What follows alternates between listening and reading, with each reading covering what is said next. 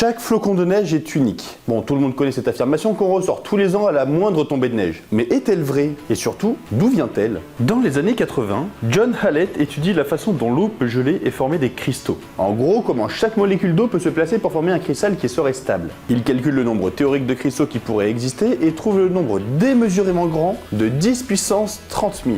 Et au début des années 2000, le physicien John Nelson abaisse ce nombre à 10 puissance 487. Bon, pour celles et ceux qui ne sont pas forcément familier avec les très grands nombres, 10 puissance 487, ça veut dire un 1 suivi de 487 zéros. Et il n'y a pas vraiment de comparatif.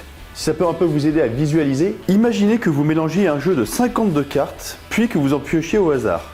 Vous tombez dans l'ordre précis sur l'As de cœur, puis le 2 de cœur, le 3 de cœur, etc. jusqu'au Roi de cœur, puis du 1 au Roi de pique, pareil pour les trèfles, et enfin pour les carreaux.